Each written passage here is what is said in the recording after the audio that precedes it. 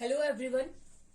आज का जो हमारा टॉपिक है वो है solubility of gases in liquids.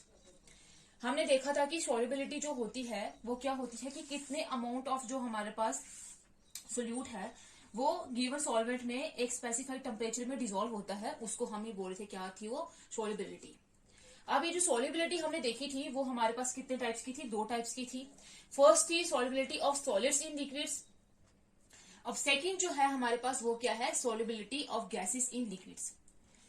अब जो हमारे पास सोल्युबिलिटी होती है गैसेस इन लिक्विड्स में, कुछ जो गैसेस होती है हमारे पास, गैसेस भी क्या करती है लिक्विड में डिसॉल्व करती हैं। गैसेस भी क्या करती हैं लिक्विड में डिसॉल्व करके क्या बनाती है, सोल्यूशन बनाती हैं।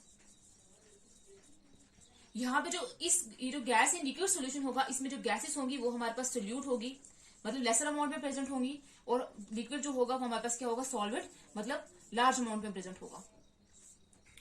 तो हमने देखा कि कुछ जो हमारे पास गैसेस होती हैं वो भी क्या करती हैं, लिक्विड में क्या करती हैं, डिसॉल्व करती हैं। जैसे हम एग्जांपल लेते हैं, अगर कॉमन एग्जांपल की बात करें तो हमारे पास जैसे सॉफ्ट ड्रिंक्स होती हैं, सारी सॉफ्ट ड्रिंक्स होती हैं, उसमें भी क्या हुआ होता है कि जो गैस होती है वो लिक्विड में डिसॉल्व हुई होती है। कार्बन डाइऑक्साइड गैस जो होती है वो लिक्विड में क्या हुई होती है, सोल्युबल होती है, डिसॉल्व हुई होती है। जैसे अगर हम बात करते हैं लेक्स हो गए, सीज होगी, रिवर्स हो गए, इनमें भी क्या होता है कि जो ऑक्सीजन गैस होती है वो डिसॉल्व फॉर्म में पाई जाती है, किसमें, वाटर में। जो इक्वेटिक लाइफ के सस्टेनेबिलिटी के लिए, इक्वेटिक लाइफ की सस्टेनेबिलिटी के लिए जो है वो बहुत ज्यादा क्या है, इंपॉर्टेंट है।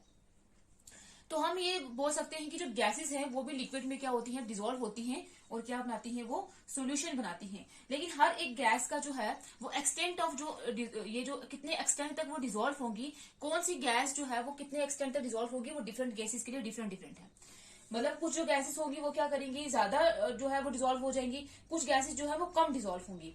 और ये जो हम ये नहीं बोलेंगे कि जो सारी गैसेस हैं वो सिर्फ वाटर में ही सॉल्युबल हैं, और कुछ जो गैसेस हैं वो हमारे पास दूसरे सॉल्वेंट में भी डिसॉल्व हो सकती है। जैसे हमारे पास इथाइल अल्कोहल हो गया,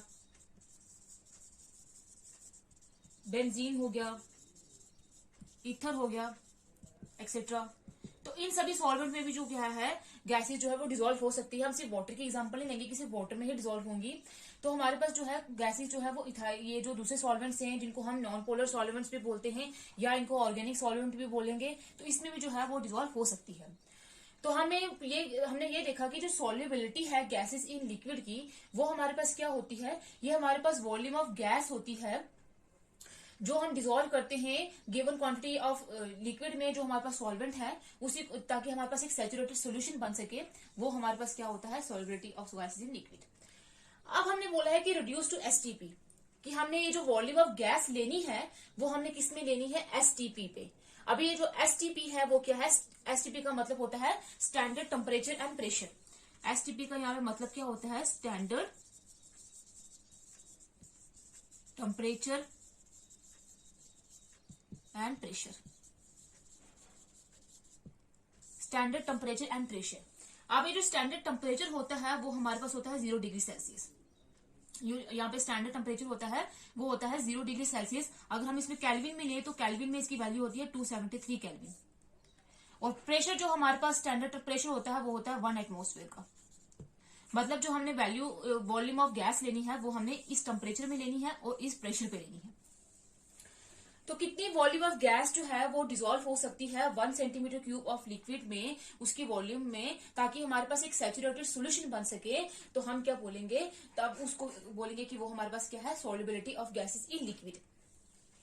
अब ये जो हम सॉल्युबिलिटी ऑफ गैस होती है इसको हम एक्सप्रेस कर सकते हैं मोलैरिटी की टर्म्स में भी एक्सप्रेस कर सकते हैं, और मोल फ्रैक्शन की टर्म्स में भी क्या कर सकते हैं, एक्सप्रेस कर सकते हैं। इसको हम मोलैरिटी के टर्म्स में भी एक्सप्रेस कर सकते हैं और मोल फ्रैक्शन की टर्म्स में भी क्या कर सकते हैं, एक्सप्रेस कर सकते हैं। अब जो है वॉल्यूम ऑफ गैस ली है हमने, तो हमारे पास लिक्विड की भी क्या होगी, वॉल्यूम होगी 1 सेंटीमीटर क्यूब ऑफ वॉल्यूम। जो लिक्विड की हमने वॉल्यूम ली है 1 सेंटीमीटर क्यूब में कितनी वॉल्यूम ऑफ गैस जो है वो डिसॉल्व हो सकती है, उसी को हम क्या बोलेंगे, वो हमारे, ताकि हमारे पास एक सैचुरेटेड सॉल्यूशन बन जाए, उसी को हम क्या बोलेंगे, वो क्या है, solubility of gases in liquid.